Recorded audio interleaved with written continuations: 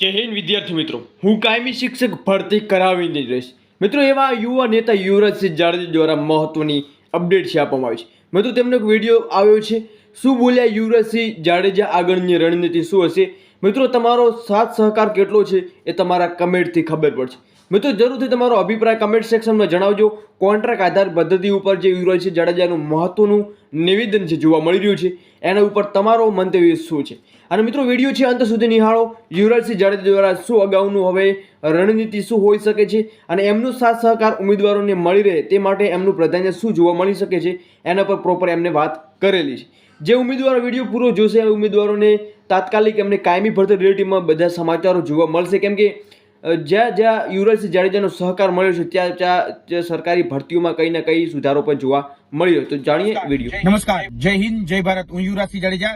વિશ્વગુરુના નામે બણગા ફૂંકતી સરકાર ગુરુઓને ગુલામ બનાવવા માટે ગુજરાતની અંદર જ્ઞાન સહાયક નામનું ગતકડું લાવી હતી અને ત્યારે કહેવામાં આવતું હતું કે આ જ્ઞાન સહાયક યોજના એ વૈકલ્પિક વ્યવસ્થા છે. જ્યાં સુધી કાયમી શિક્ષકોની ભરતી ન થાય ત્યાં સુધી આ જ્ઞાન સહાયક યોજના એને વૈકલ્પિક વ્યવસ્થાના ધોરણે અપનાવવામાં આવી છે. હવે આજે જ્યારે કહી શકાય કે 1 મહિના પહેલા ગુજરાત રાજ્ય સરકારે મૌખિક જાહેરાત કરી હતી કે 24,700ની અમે કાયમી ભરતી કરીશું. હવે 24,700ની હજી કાયમી નોટિફિકેશન અમે રાહ જોતા હતા ત્યારે આજે સરકારે જ્ઞાન સહાયકનું નોટિફિકેશન જાહેર કરી દીધું. એટલે મૌખિક જાહેરાત અલગ છે અને લેખિત જાહેરાત કંઈક અલગ આવી રહી છે. એટલે સરકારની કથની કંઈક અલગ છે અને કરની કંઈક અલગ છે. એ સ્પષ્ટપણે આજે સાબિત થઈ રહ્યું છે. કેમ કે જ્યારે વાત થતી હતી ત્યારે સરકાર દ્વારા સ્પષ્ટ કહેવામાં કે 24,700 અમે કાયમી ભરતી કરીશું, પણ મેં નોટિફિકેશનની રાહ જોઈ રહ્યા હતા. ત્યારે આજે નોટિફિકેશન એક કોન્ટ્રાક્ટ આધારિત જ્ઞાન સહાયકનું નોટિફિકેશન જાહેર કરવામાં આવ્યું છે. જી હા, અને આજ ગુજરાત રાજ્ય સરકાર એક નવી યોજના લાવી છે ગુજરાતના યુવાનોને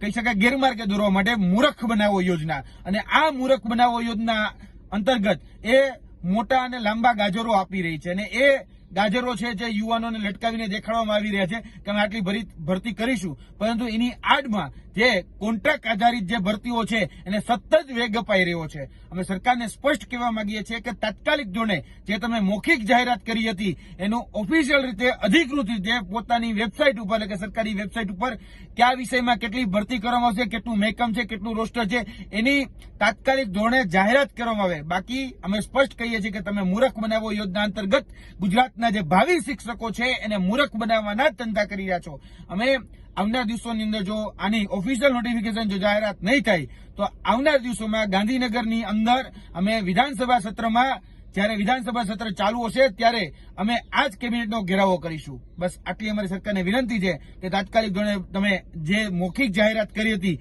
એને ઓફિશિયલ જાહેરાત કરો અને જ્ઞાન સહાયક નામના જે ગતકડાઓ છે જે વૈકલ્પિક વ્યવસ્થાના નામે જે લાવવામાં આવ્યા હતા એને બંધ કરવામાં આવે અને કાયમી રોજગારી એ વિદ્યાર્થીઓને આપવામાં આવે એટલી અમારી માંગણી છે. જય હિન્દ, જય ભારત.